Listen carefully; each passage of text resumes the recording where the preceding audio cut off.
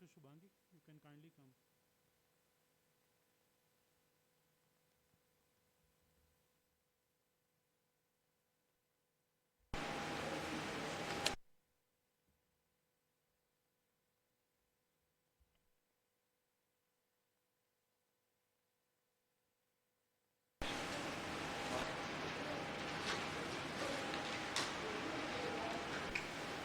Thank you, sir, for giving the opportunity. Good afternoon, respected judges and the audience present over here.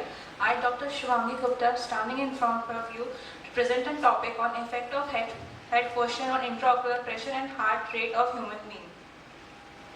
Visual impairment intracranial pressure syndrome is considered as a major risk factor for future human spaceflight programs. Loss of hydrostatic pressure gradients in the vascular and cerebrospinal fluid system due to the absence of gravity is associated with subsequent intracranial and intraocular fluid shifts, resulting in an intraocular or intracranial pressure mismatch leading to VIP syndrome. Head-down bed rest position has proved its usefulness as a reliable simulation model for most physiological effect of spaceflight. Inducing a cephalate fluid shift on Earth by assuming a supine or head-down tilt, approximately 16 to 15 degree body position shift fluids towards the head as a head moves below the hydrostatic indifference point, causing an increase in IOP. Acute posture change causes an increase in episcleral venous pressure. The magnitude of IOP increases can be remarkable, approximately 40 mm of edge in vertical head-down suspension with associated diminished retinal electrophysiological responses. IOP change during supine sleep is due to alteration in body position.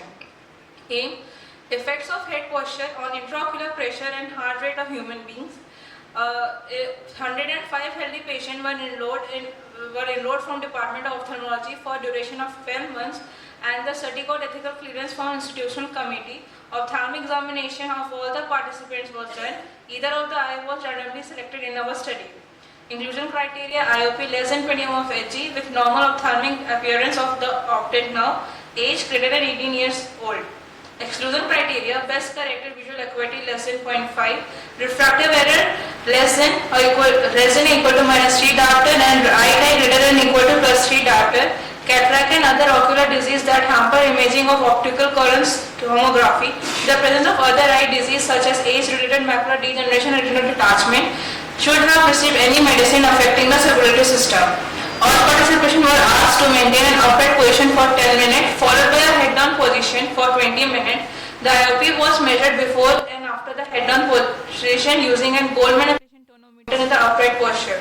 Heart rate, systolic blood pressure, and diastolic blood pressure were recorded using an automatic sphygmomanometer. The mean arterial pressure and mean ocular perfusion pressure were measured. Statistical analysis. All statistical analysis were performed using an SPSS software package. The data are presented as a mean value. One sample Kolmogorov Simrov test and the test of homogeneity of variance were adopted. A paired sample t-test was adopted to compare the difference of the parameters during the head-down position. Statistical significance was defined as a probability less than 0.05. Result: 105 patients were enrolled, in which 40 were males, 65 were females. The mean age was 31.23 plus minus 3 years. BCVA, the mean BCVA was 0.96 plus minus 0.05 range, and the mean refractive error was 2.29 plus minus 1.89 diopter.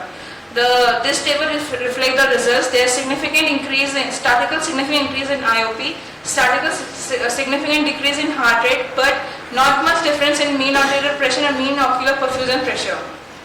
Discussion: Alingan et al. Found the collapse of Slim's canal accounts for approximately half of decrease in the outflow facility of AIOCMT3. Dirist et al. Short-term head-down tilt of 6 degree cause an acute elevation of parasympathetic nerve traffic and decreased heart rate. Han et al. Abnormal pressure in the Slim's canal is a contributing factor to outflow facility in primary open glaucoma eyes. The fluid shift during weightlessness in spacecraft was thought as a main reason for increased IOP. Same result was found in our study, that IOP increased significantly after the acute head-down position for 20 minutes. Slim canal was first identified by the German anatomist Friedrich Slim in 1830, which maintains the aqueous human hemostasis and stability of eye. After 20 minutes of head-down position, we found that there was a significant decrease in heart rate and increase in IOP. The outer resistance of the aqueous human in the convection pathway was involved in the regulation of IOP. Unit found that the Slim's canal Dilatation by microstent implanting operation significantly increase the outflow facility and reduce IOP. Similarly, J&D et al. Found that canaloplasty successfully decreased the IOP after 12 months in eye with POAG. In obesity, the IOP peak after 20 minutes of head-down position might be explained by the collapse of Slim's canal lumen of increased parasympathetic nervous activity. Conclusion: there is significant increase in intraocular pressure on tilting the head down and decrease in heart rate. These are my important references. Thank you.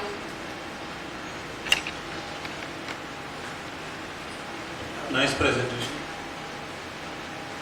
A quick comment. So this was all done on normal human beings. Yes, sir. It was a very normal study because I think in a spacecraft how things are going to be the way forward. You would want to throw light on how you are able to get the ethics committee approval or something, because it's slightly a non-orthodox study now. Because you are choosing normal volunteers, then maybe putting them into strenuous stress of upside down position and other things. Where ethics committee approval sought. Was it sought ethics committee? Yes, sir. Yeah.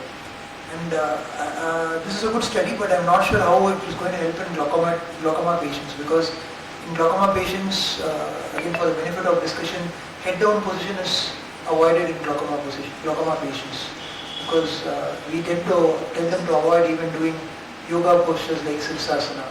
So, but I think it's a good study for spacecraft and astronauts who are going to go into space with this kind of posture. Very novel. Thank you.